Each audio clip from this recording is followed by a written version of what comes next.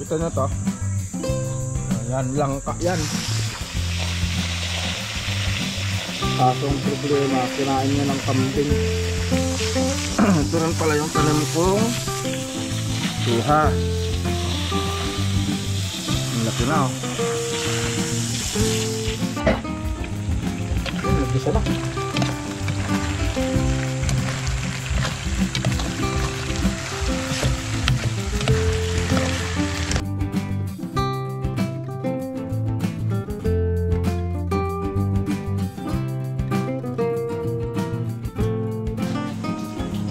Yo, what's up? Good morning mga kalabarkada. Kumusta po kayong lahat? Balik gigising lang po natin. At patatapos lang kasi natin mga kalabarkada magbukas ng tindahan. Ano yan?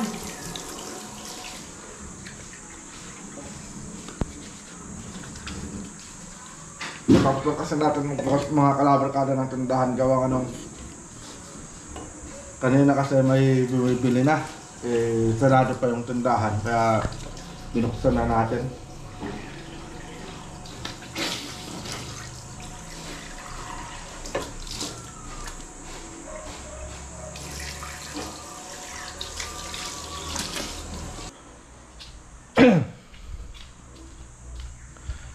Kumusta naman kayong lahat mga kalabarkada?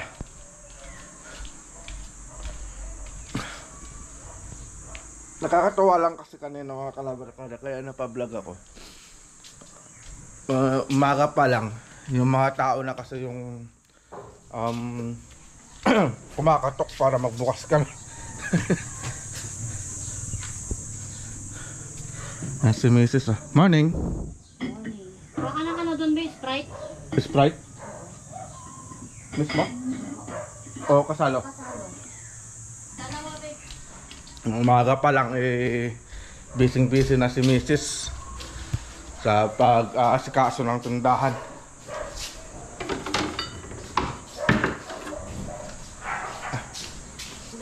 Dalawa? Oo. Kasi yung mga laging nauubos. Kaya kung mapapansin no, pag gano'n na naghahakot paninda tayo, mga ganyan, mga Coke kasalo, Sprite kasalo, yung mga bottle drink, yun ang mga madalas na maubos. Alright. Good morning, Raptor. Ba? Nakuha ng kunito. Raptor. Kailan nung huling nag-washing tayo? Tingnan nyo naman, oh. Ang dumi na naman. Oh. Washingan ko na naman ito mamaya. Sakto wala naman tong biyahe si Raptor ngayon, kaya wawashingan natin. Sasabay na rin natin si Red.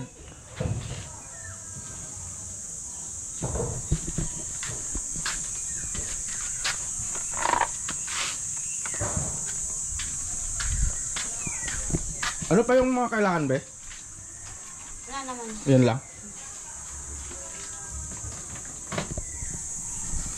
Bali, kanina pala, ay kahapon pala, nagpabili kami ulit ng tinapay kay Papang. Gawang anong madaling araw kasi may dumadaan dito na nagdi-deliver ng mga tinapay.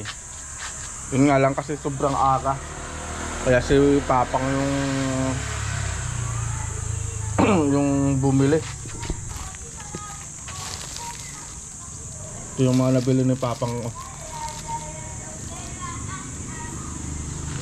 Alas 4 pa lang kasi dumadaan na yun.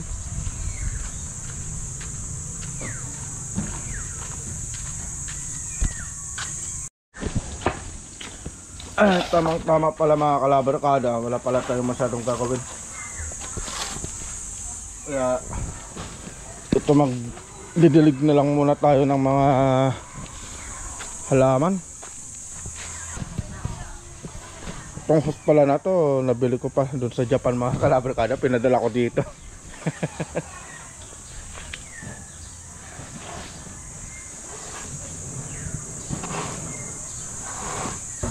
Marami kasi yung mga tanim ko dito, kaso ang problema, inuubos kasi ng mga kambing. Kaya ang problema doon na mamatay dahil nga sa mga kambing.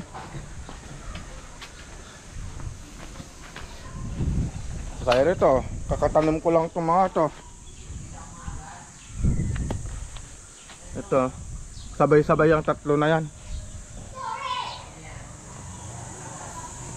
Kasi ito hindi nakwan, parang hindi yata nabuhay. Hindi umusbong yung kwan na eh. Hindi katulad dito na ang dami ng umusbong oh. Yan pala yung mga tanim kong saging oh, ang lalaki na.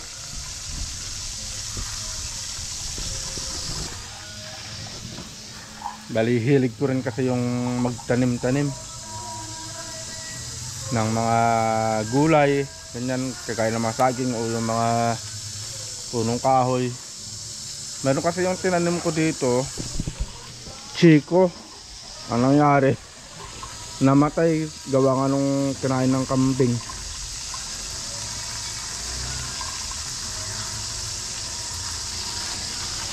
Dami kasing kambing, lalo yung mga maliliit. Nakakalusot kasi sila dyan sa may bakod. Kaya ang hirap ng magpabuhay na mga tanim ngayon. Gutom na gutom ng mga kambing. Ito mga kalabarkada.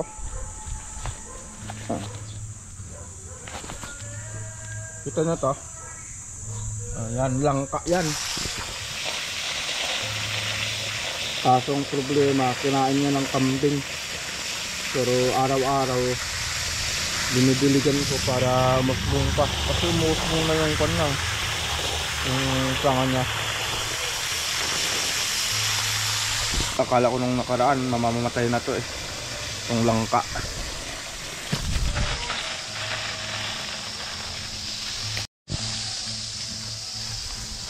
Ito pa mga kalabarkada. Ayan, yung sana to, rambutan yan. Ang nangyari, kinain din ng kambing. Pambira yung mga kambing na.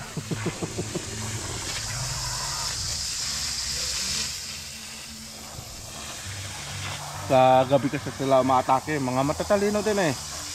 Kasi sa gabi sila umaatake eh. Pag ganun na tulog na, dun sila umatake mga kalabarkada.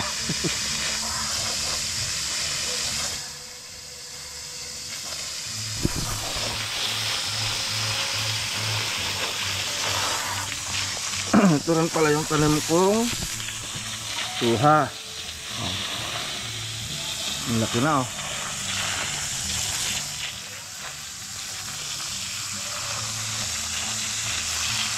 Pag ganun na ganitong umaga, ito lagi yung mga yung ginagawa ko agad, yung magdilig ng mga to.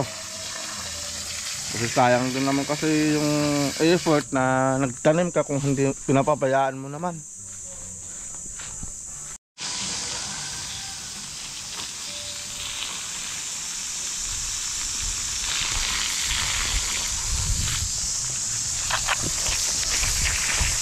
Itong mga dragon fruit pala na to mga kalabarkada, bali nagputol kasi sila Kuya Urok dyan sa kabila. Nag-trim sila ng kanilang dragon fruit, tapos yung mga pinagputulan nila kinuha ko, tapos tinanim ko. Nabuhay naman eh. May umuusbong na nga oh. Mayroon na namang umuusbong.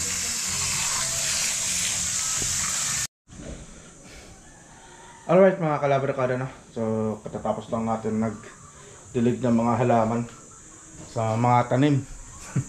Nakita nyo naman na itong tanim natin ay kinain ng mga kambing. Pero yung isa, yung langka saka yung rambutan, umuusbong naman yung sanga, kaya dinidiligan ko lagi para mabuhay.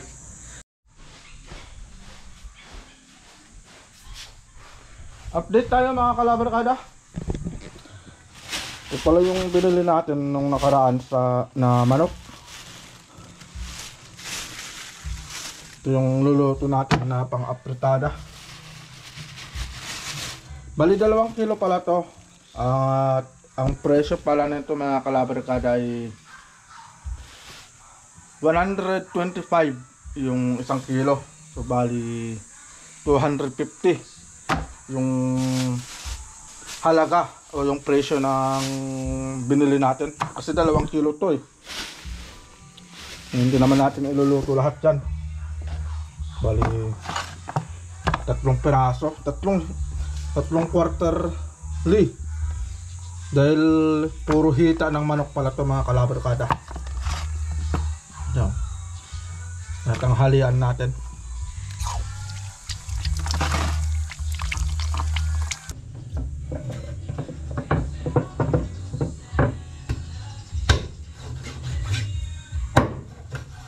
Ugali rin kasi natin mga Pilipino ng mga kalabarkada. Kung saan yung mura, doon tayo bumibili. Kaya kasanayan rin ng mga kapwa nating mga Pilipino yung ganong pamumuhay.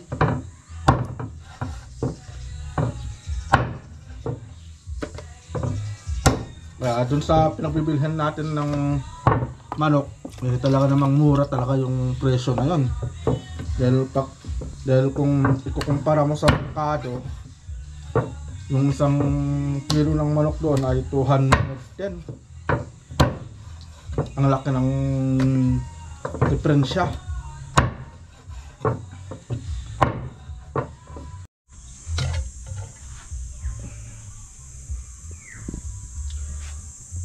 Ano kaya hinaan tong apoy nito?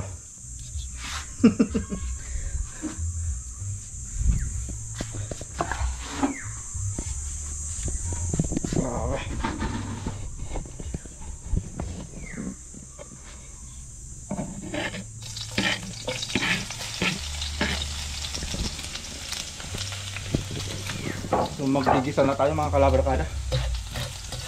At update pala tayo, ang oras natin ay 11. Sakto.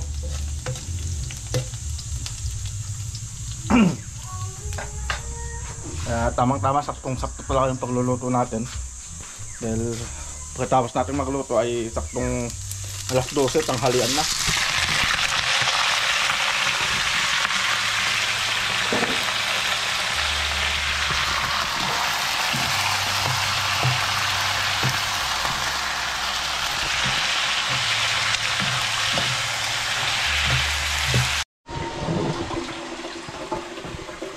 Natapos na magluto dyan, Bi, maglagay ka ng ano, magsalang ka. Nang? Pagkain ng aso. Ay, oo. Okay. Kawawa din naman kasi yung mga aso dito na kasi sa sobrang init. Kawawa sila na wala silang makain. Kaya pinagluluto rin namin sila ng mga pagkain nila. Lalo na yun si Namimirwisyo. Kasi diba tumutubo na nga kasi yung balahibo niya. Tapos yung pagkain kasi noon hinahaluan namin ng agmectin para gumaling yung mga anong tawag ba doon, yung parang kung sa Ilocano kasi sa amin yung good niya. Galis? Oh, yung galis. Yung galis ng aso. Oo, nagmana kasi sa'yo yun. Nagmana sa'yo. Nagmana sa akin, patay.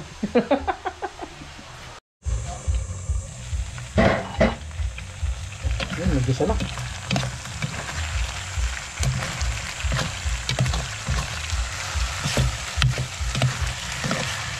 Na-over na yata sa gisa mga kalabarkada.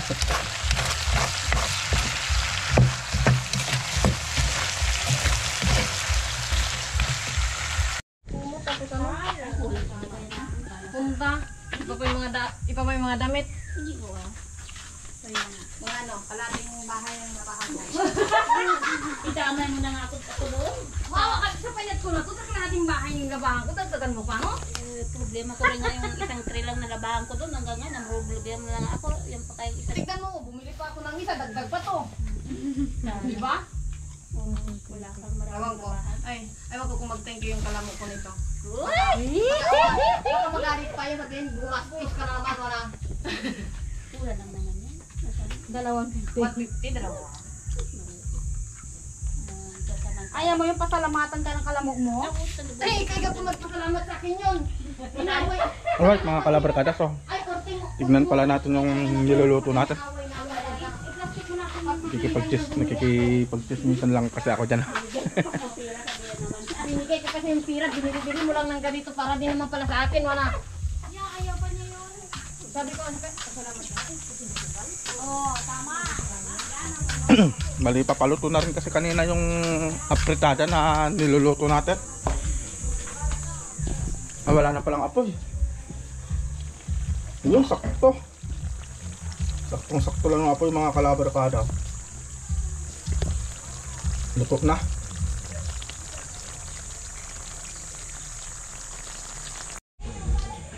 Yun yung update natin doon sa niluluto natin mga kalabarkada na apritada.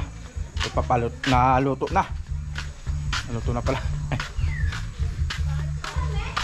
Hindi ko alam kung saan nilagay ni ate mo. Diyan sa loob. Ay ito pala mga kalabarkada, may RTW din pala kami dito na paninda. Mga RT. Mga RT. RTW. Kasi nag-isip kasi kami ni Mrs. kung ano yung pwedeng idagdag dito sa tindahan. So ito yung naisip namin, RTW. Tapos ako na yung gumawa nitong mga Mila, ito mga stand ng malalaki ka. hanger. Wala kang pa. Kaya ko to pinapakita mga kalabarkada kasi promote ko lang pala yung magandang stand ng hanger para naman kung sino magpagawa, o diba? May extra na income tayo. Negosyante talaga. Pero wag kayo mga kalabarkada, no? Nung nakarang buwan, napakalakas ng hangin dito pero hindi man lang ito natumba. Ganyan katiba yung ginawa ko. Ay, sis, tama ka naman, eh, sis. Ay, sis. Palakpakan niya, bigyan ng jacket yan! Panis. Ayos, ayos. Yung nagpalibre ka, pero yung pinanglibre, kinuha din sa wallet mo. Disconnect yan dapat sa wifi. Wow. Puro yan, cellphone ang alam. Kasi video ng video. Against the light. Kasi nga. Mga pre ka kain Pre? ko.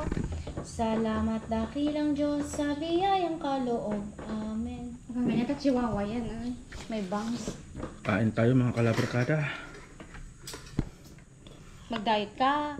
Oo, Oo, tama na yan. Tama na yan. Huwag mo nang dagdagan yan. Tapos sayang yung bigas. Tatama ang laki na ng tiyan mo, ng braso mo. Oo. Yun na diet na ako. Maawa naman kayo sa mga damit ninyo. Pumuputok na. Ang hindi ko sa akin maluwag po. Maluwag pa. May oversized shirt ka ganito. Meron. Bili ka? Mura lang. Puro negosyante na lahat ng mga tao dito. Ganun talaga. Wala ka sa usaw. Basta ano negosyo. Saka na yung manok mo.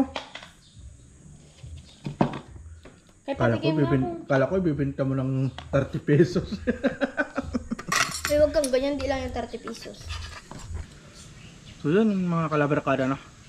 Bali tapos na tayong kumain at katatapos lang po nating naligo dahil halos hindi na makayanan yung init ng panahon.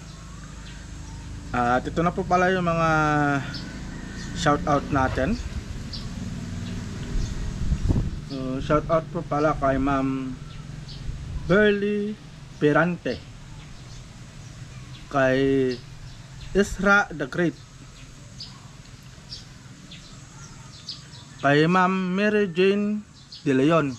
Shoutout po sa inyo, ma'am. Shoutout din kay Kamaster, na isang subscribers po natin na namamana. kay Almatisang Vlog, kay Idol Beres Pero, at kay Lex TV Official. So yun po yung mga nagpapa-shoutout sa atin nung nakaraang video. So kung gusto nyo po magpa-shoutout, ay comment lang po kayo sa baba para may shoutout ko po kayo sa next na video natin. At kung hindi pa po kayo nakapag-subscribe,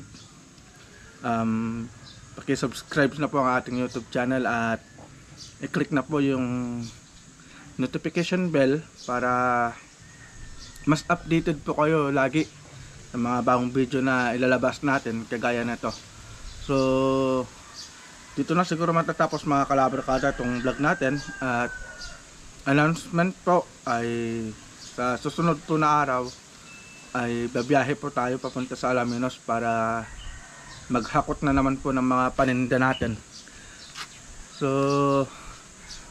salamat po mga kalabarkada sa inyong walang sawang suporta, at God bless po sa inyo. So dito na po matatapos, at ingat po tayong lahat.